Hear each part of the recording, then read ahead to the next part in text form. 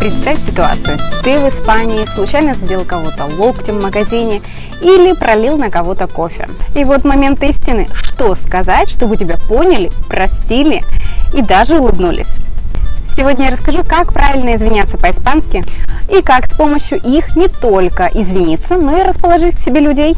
Осторожно, в конце видео у меня есть маленький тест.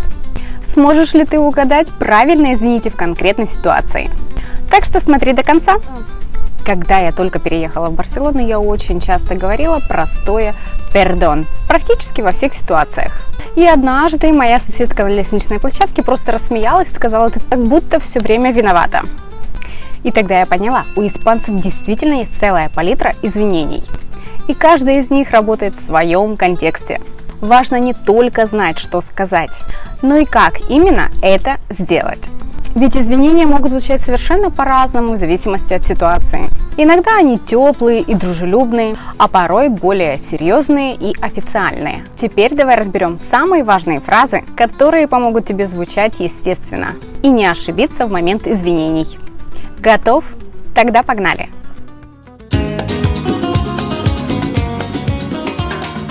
Слово «perdón». Извините, либо просто извини.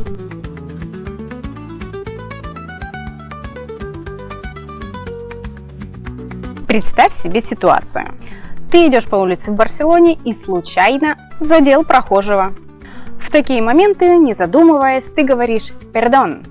Это стандартное, не очень важное извинение, которое испанцы используют, чтобы мгновенно снять напряжение и тем самым показать свое уважение к собеседнику. Почему это важно?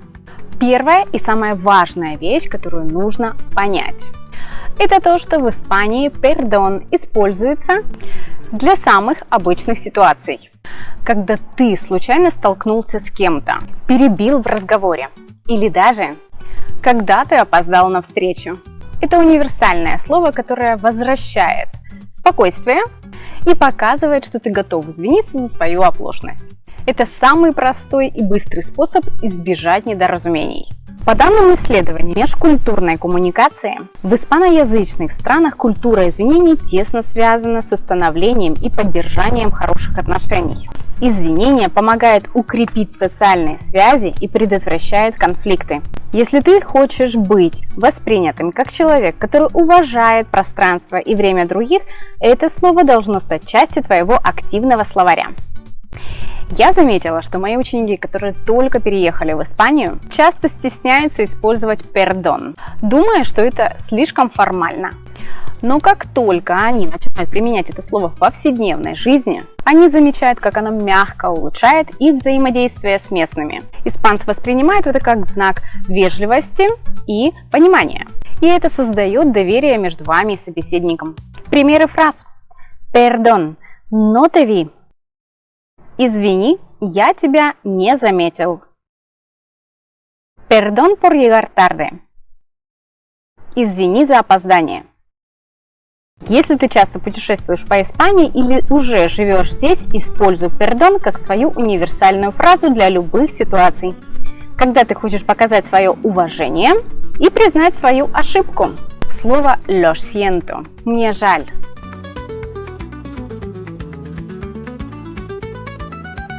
Представь, ты договорился встретиться с другом и случайно опоздал на встречу. Ты подходишь к нему и говоришь «Lo siento, me retrasé».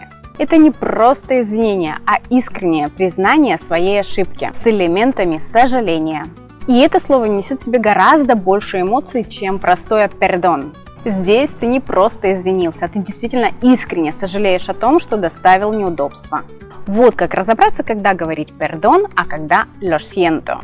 Lo siento используется в более серьезных ситуациях, когда ты хочешь показать, что тебе действительно жаль, что произошла ошибка или неприятность. Если perdón – это стандартная фраза для малых случаев, то lo siento – это уже извинение с эмоцией. Это выражение приходит на помощь, когда ты действительно осознаешь, что твои действия повлияли на другого человека, и ты чувствуешь ответственность за это.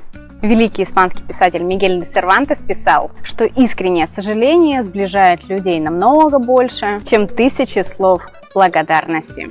И это подтверждается многими исследованиями, которые говорят о том, что когда человек выражает сожаление по-настоящему, это может укрепить его отношения с собеседником. Это не просто слова, это символ уважения и искренности. Я помню, как впервые в Испании услышала от испанца «lo siento». И это действительно звучало как что-то более глубокое, чем простое «извини». Это было не просто формальное извинение, а реальное признание, которое создает доверие.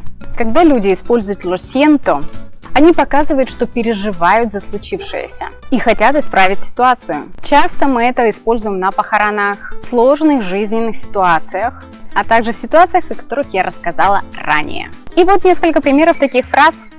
«Lo siento mucho, no quería hacerte daño». «Мне очень жаль, я не хотела сделать тебе больно». «Lo siento por el retraso».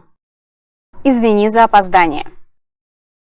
Если ты хочешь звучать по-настоящему искренне, то «lo siento» – это слово, которое тебе нужно использовать в более серьезных ситуациях, где важно показывать свои эмоции и уважение к собеседнику. И вот если «lo siento» – это эмоциональное извинение, которое передает искреннее сожаление, то «disculpa» или «disculpe» уже играют немного другую роль в испанском языке.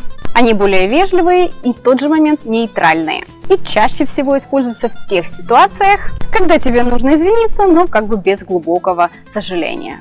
Эти выражения идеально подходят для ежедневного общения, а также для официальных ситуаций. Слово «disculpa» или «disculpe» – «извините» или «извини» в его вежливом значении. Представь ситуацию, ты стоишь в супермаркете и случайно сталкиваешься с человеком, который идет по проходу. Ты быстро говоришь «disculpa», или если этот человек старше тебя, или кто-то, с кем ты совсем не близок, ты заменяешь его на «disculpe» – «извините». Это стандартное вежливое извинение, которое ты используешь в любой ситуации, чтобы не выглядеть грубым или невежливым.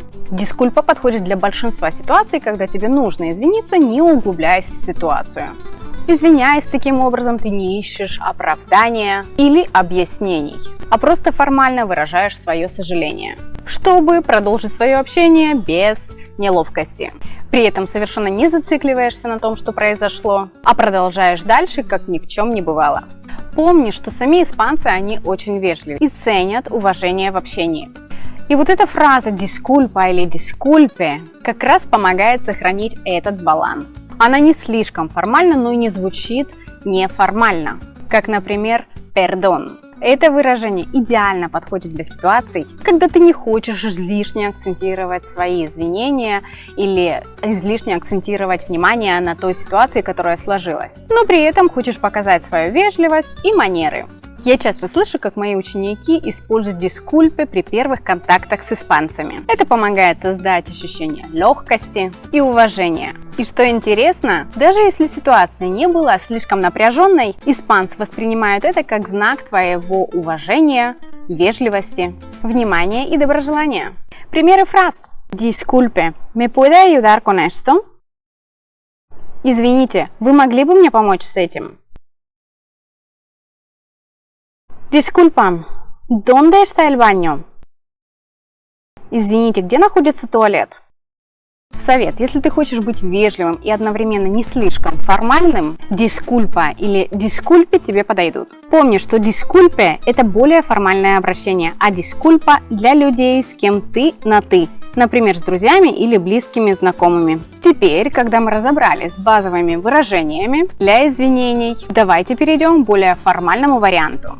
«Perdone las molestias». Это фраза, которую ты часто услышишь в официальных или служебных ситуациях. Если ты хочешь показать уважение серьезно, то именно фраза «Perdone las molestias» будет звучать идеально.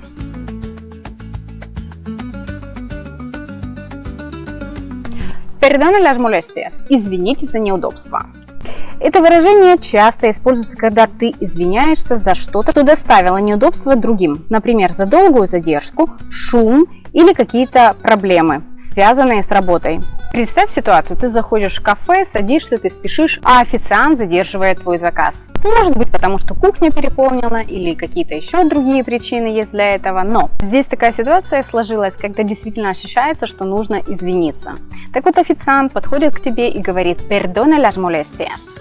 Это извинение, которое звучит уважительно и официально, подчеркивая, что человек действительно осознает доставленные неудобства и хочет тем самым исправить ситуацию. Когда ты используешь «Perdona las molestias», ты показываешь, что понимаешь, что вызвал неудобство и готов исправить ситуацию. Эта фраза также очень часто используется в официальных письмах и объявлениях в общественных местах. Например, если в здании идут ремонтные работы или когда в магазине отсутствует какой-то товар. Это помогает сохранить атмосферу уважения и профессионализма. Когда испанцы извиняются за доставленные неудобства, они показывают тем самым не только свою вежливость, но и готовность исправить это положение и как-то компенсировать это. Это отражает культуру вежливости и гостеприимства, в которой важно поддерживать хорошие отношения с окружающими. В Испании такой подход особенно заметен в сфере обслуживания и бизнеса, где хорошие манеры всегда в цене. Также я замечала, что в магазинах и кафе в Испании данная фраза звучит очень часто не только как извинение, но и как знак заботы о клиенте. Очень часто, если происходит небольшая задержка, официант или кассир с улыбкой тебе скажет «Perdona las molestias». И это сразу снимает напряжение, а также создает атмосферу доверия между клиентом и заведением. Примеры фраз. «Perdona las molestias, pero la tienda está cerrada por mantenimiento». Извините за неудобство, но магазин закрыт на ремонт. Perdone las molestias, estoy tardando más de lo esperado. Извините за неудобство, я задерживаюсь больше, чем ожидал. Совет. Используй perdone las molestias в ситуации, когда хочешь показать действительно твое уважение к другим людям и продемонстрировать твое серьезное отношение. Например, если работа не была выполнена в срок или возникли какие-то другие неудобства. И вот мы подошли к последнему слову в нашем списке на сегодня, которое, можно сказать, является волшебной кнопкой для мягких просьб и создания хорошего впечатления о себе. Это фраза, которая в нужный момент делает твою просьбу не только вежливой, но и дружелюбной. И что важно, эта фраза позволит вам выглядеть более естественно и по-местному. Perdona que te moleste. Прости, что беспокою.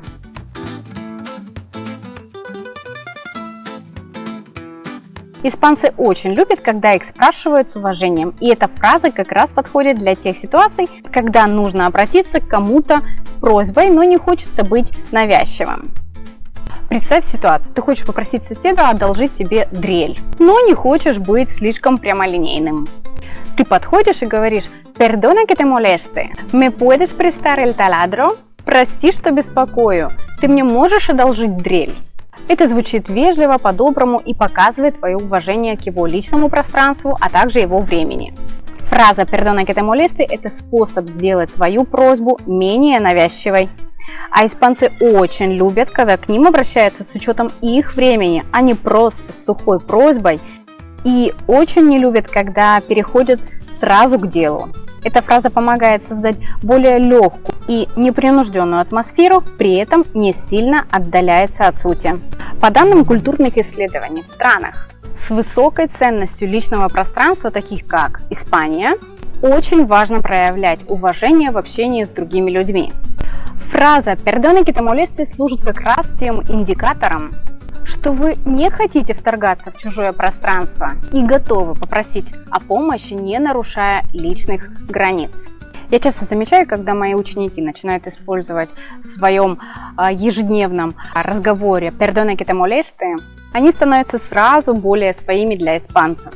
Это фраза, которая помогает избежать напряженных моментов и создает тем самым комфортную атмосферу для общения. Perdona que te moleste. ¿Puedo pedirte un favor? Прости, что беспокою. Могу я попросить тебя об услуге? Perdona que te moleste. ¿Me podrías ayudar con esto? Извини, что беспокою. Не мог бы ты мне помочь с этим? Совет. Используй perdona que te moleste перед любой просьбой. Особенно, если ты хочешь, чтобы она звучала вежливо и непринужденно. Это поможет тебе чувствовать себя более уверенно в разговоре и одновременно показать твое уважение к собеседнику. Ученые из Кембриджского университета проводили исследования. Люди, которые часто используют слова извинения вежливо и уместно, воспринимаются как более надежные и дружелюбные. А в Испании, где ценят теплое и открытое общение, это работает особенно сильно. Я живу в Испании уже много лет, общаюсь с местными ежедневно и обучаю испанскому людей, которые только начинают свой путь здесь. Все эти фразы и примеры не теоретические, а основаны на реальном опыте общения в повседневной жизни. Поэтому могу с уверенностью сказать, если ты будешь использовать эти выражения, испанцы точно почувствуют, что ты свой. А если ты хочешь научиться говорить по-испански легко, уверенно и по-местному, у меня есть индивидуальные уроки онлайн.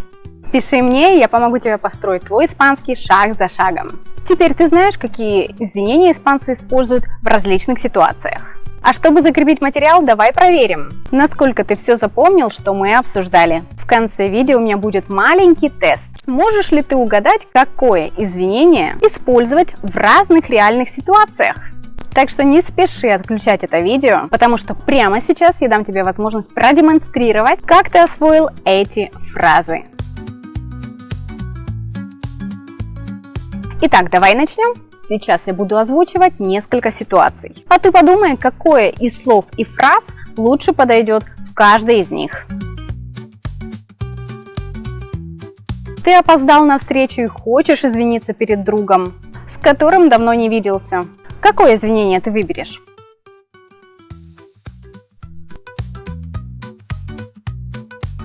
Вторая ситуация. Ты случайно задел кого-то в магазине и хочешь вежливо извиниться.